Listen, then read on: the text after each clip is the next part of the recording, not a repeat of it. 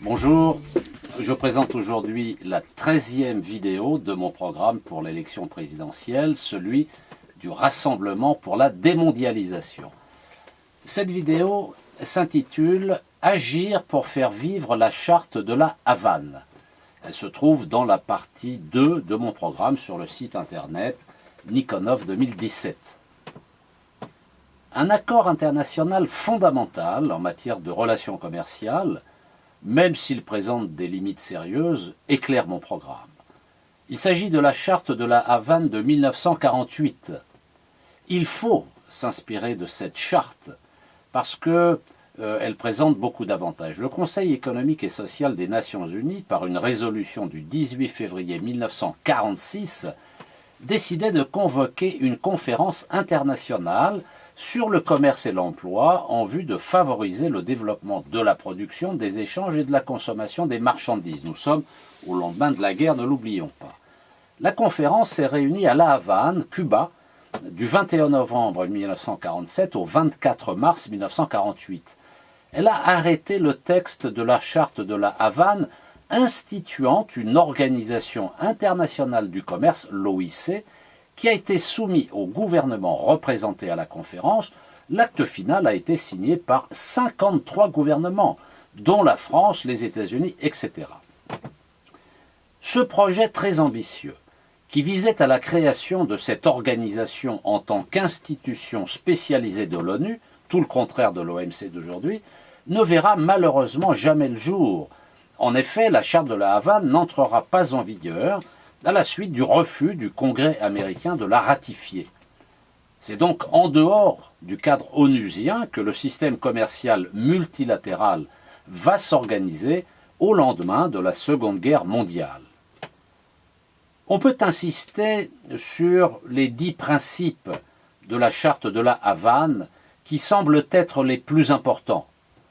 Ils représentent autant de propositions et d'objets de lutte pour remplacer le libre-échange, non pas par le protectionnisme, mais par un nouveau système universel, intégré et différencié de relations commerciales.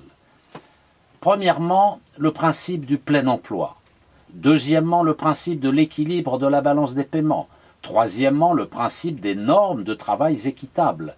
Quatrièmement, le principe de la coopération économique. Cinquièmement, le principe du contrôle des mouvements de capitaux. Sixièmement, le principe des aides de l'État.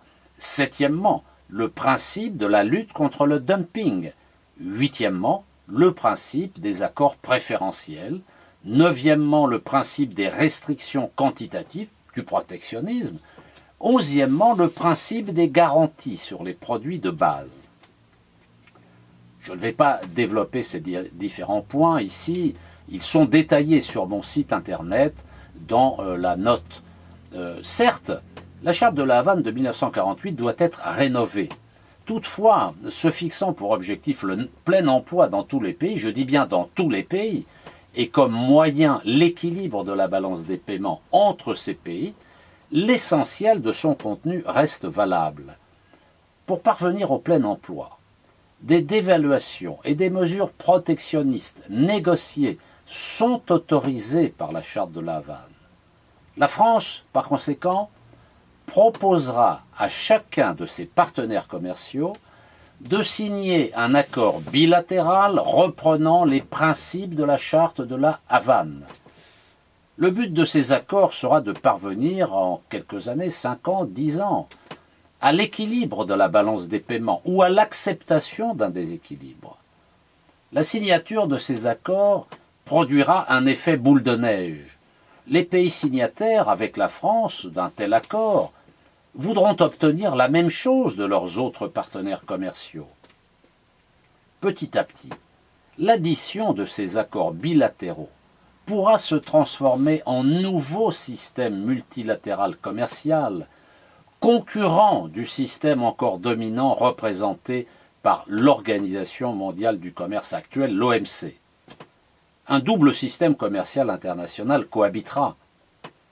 Le système de coopération que nous mettrons en place à la suite des accords bilatéraux reposant sur la charte de la Havane, une sorte d'OIC, et le système actuel de libre-échange fondé sur la guerre commerciale de tous contre tous, l'OMC. Les pays qui refuseront de signer et de participer ainsi à la création d'un ordre commercial international plus juste s'exposeront à des mesures protectionnistes de la part de la France.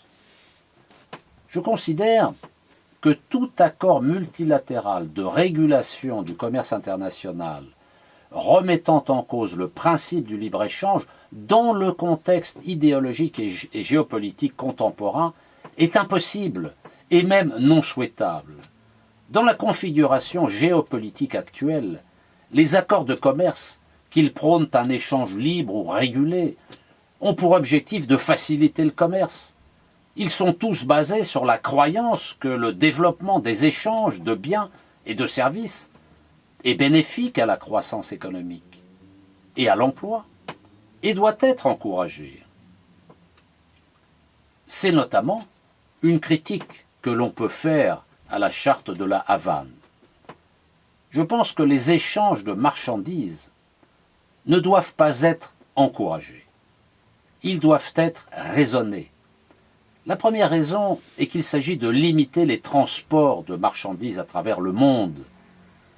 Ils sont très énergivores et personne ne paye aujourd'hui le coût réel intégrant les impacts environnementaux.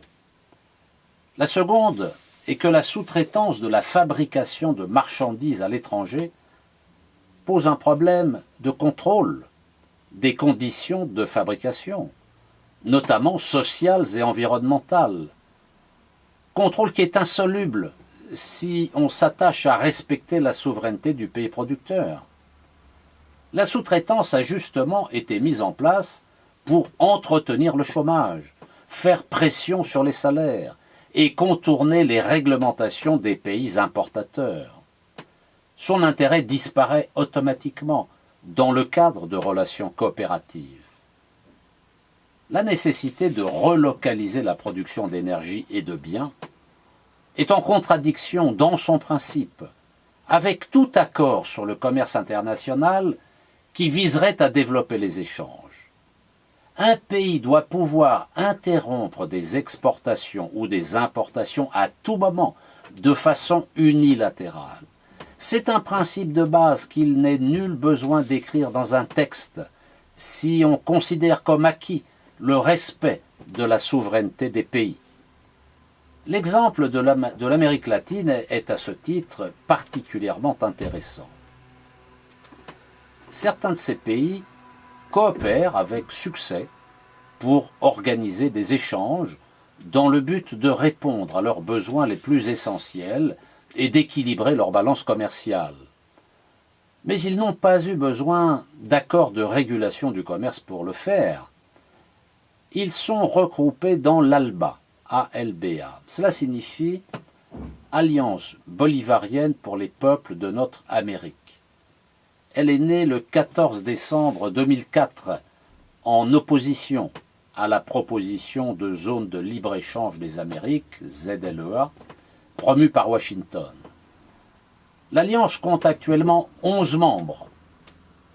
Antigua et Barbuda, la Bolivie, Cuba, la Dominique, l'Équateur, la Grenade, le Nicaragua, Saint-Christophe et Nieves, Saint-Vincent et les Grenadines, Sainte-Lucie, le Venezuela, plus 2 États membres observateurs, Haïti et le Suriname.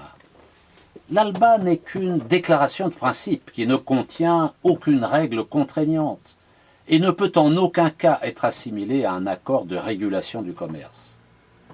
Les échanges mis en place, par exemple du pétrole contre des médecins, reposent sur un intérêt commun et une confiance mutuelle entre les pays.